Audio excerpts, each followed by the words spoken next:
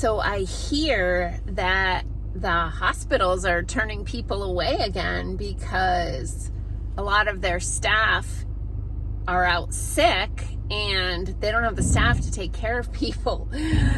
And this is part of the problem in the United States, folks, and why we need to change the way we view and approach health in this country. I'm going to talk about a couple theories today. Hey, I'm Dr. Patty Barch. I'm a traditional naturopath, founder and owner of Naturally Unbridled Wellness and naturallyunbridled.com, where we focus on wellness solutions, not disease management. This is Down the Ridge with Dr. Patty. This is not medical advice. It's for entertainment purposes only. Nothing I say is true. Don't listen to me. So I watched this podcast, the Dark Horse podcast that I really enjoy. I've talked about it yesterday and many times on these videos. And one of the things they were talking about in the episode I watched today was comparing and connecting the two theories of disease, which are generally the germ theory of disease, right? That disease is caused by germs. But also there's something called the terrain theory of disease. And the thing that a lot of people don't get, because we're such a binary freaking society, is that there are aspects of both that are involved in wellness versus disease. So let's talk a little bit about them and how they're related. So first of all, the germ theory of the disease is the one they teach you about in school. In fact, I clearly remember learning about germ theory in like regular school growing up and then learning about it again in college. But I don't recall ever until I got into natural health being taught about the terrain theory of disease. And maybe that's intentional. But the germ theory of disease talks about, viruses, bacteria, parasites, fungus, that sort of thing. A pathogen, a disease-causing organism, being the catalyst for the disease state.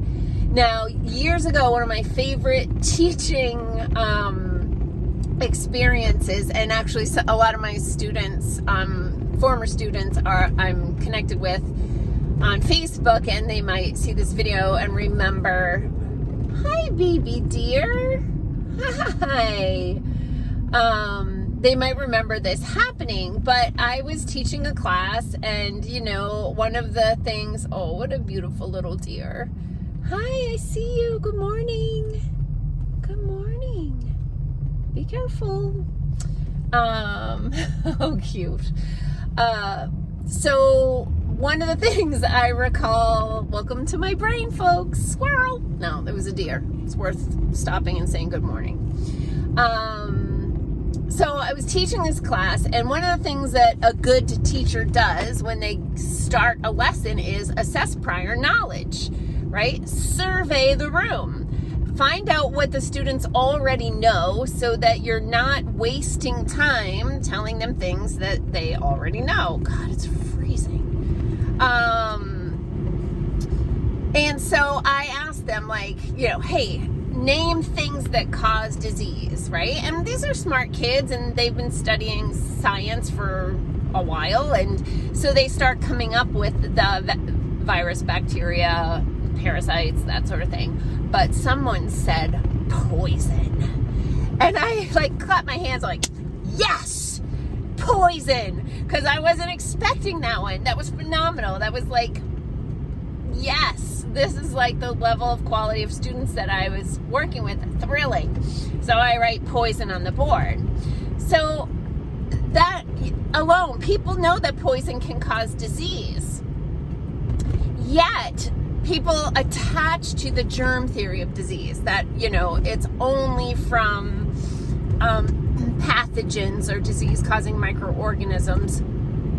But poison in many forms can also cause disease. So, of course, we have chemical poisons, And so these might be herbicides, pesticides, insecticides, artificial colors, flavors, sweeteners, preservatives, right? These types of poisons can cause disease, in addition to the endocrine disruptors and household cleaning products, perfumes, for crying out loud. With the perfumes, people knock it off. It's disgusting and like truly poison. So those are things that can cause disease in any organism. So if you take an organism that is healthy in, set the parameters, if the organism falls within those parameters to be determined healthy, yet you introduce poison, you're probably going to generate some level of a disease state. However, if you introduce a bacteria, a virus, a parasite, a fungus, you may not elicit a disease state. And why is that? That is the terrain theory of disease. So, one of my original chiropractors way back when I first started experiencing chiropractic care, I remember him saying, if I take an acorn and I set it here on this table, is it going to turn into an oak tree? No. Why? Because the environment isn't right? In order for that acorn to become an oak tree, it needs a specific environment, or even though it has the potential for that to happen, it's not going to happen because the environment isn't right. And the same thing can be said for certain pathogens in the human body or an animal body, that the environment matters. So what do you do to create the environment that makes the terrain inhospitable to disease? Well, there's multiple layers of that, and it is body, mind, and spirit, and nutrients, and all of those things. But it is things like move your body, get exercise. It is things like drink water. It is things like get enough sleep, reduce your stress, breathe deeply, optimize your microbiome. You have more bacterial cells within your body than you have human cells in your body, right? Let that sink in. You're basically the school bus for a bunch of bacteria.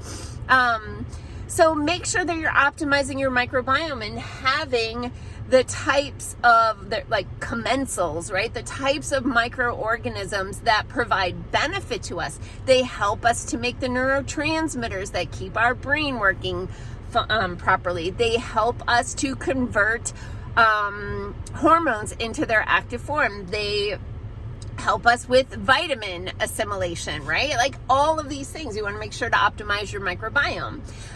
You want to provide your body with the nutrients that it needs to build those cells, hormones, and neurotransmitters, because you need the pieces, you need the chemistry to synthesize these molecules, and those pieces to synthesize the chemistry come from food.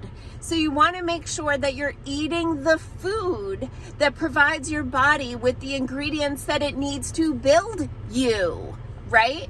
So looking at your food, are you eating enough healthy protein, healthy fat, and complex, not simple carbohydrates? Complex carbohydrates are longer chain, harder to digest. They have insoluble fiber. Fiber is a very important nutrient, right? I guess nutrient might not be the best term, it technically is, but a lot of it that isn't digested actually serves a purpose.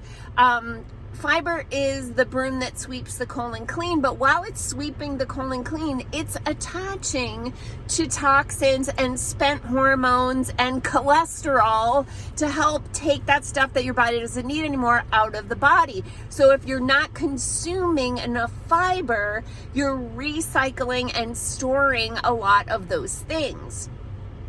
So emotional health, social health, financial health, nutritional health, musculoskeletal health, right? Muscles, joints, ligaments, spine, all the things, all really important. So, can you do all the things at once? Well, not if you're not doing them now, right? But what can happen is over time, you keep incorporating new habits, new lifestyle, so that you get this cumulative benefit of health and wellness, so that when that microbe comes into your environment, it is not a hospitable environment for that microbe to grow. And so, yes, we're having a human experience, and yes, even healthy people will catch a cold or some kind of virus, but they will recover from it faster and better than somebody who has a very toxic, very pro-inflammatory environment. So still not allowed on YouTube, hoping that this happens soon. So, just help me out by like, subscribe, share, comment, happy face, all the things if you found this useful. So more people see it. Peace out, peeps. Oh, by the way, I am heading to the gym, which I don't like. I love my trainer. And the gym is important, but But I go every freaking week. You see me Tuesday mornings with my hair in a braid because I'm going to the gym. So do the things you need to do to keep your body healthy and strong. Peace out. Have a healthy day.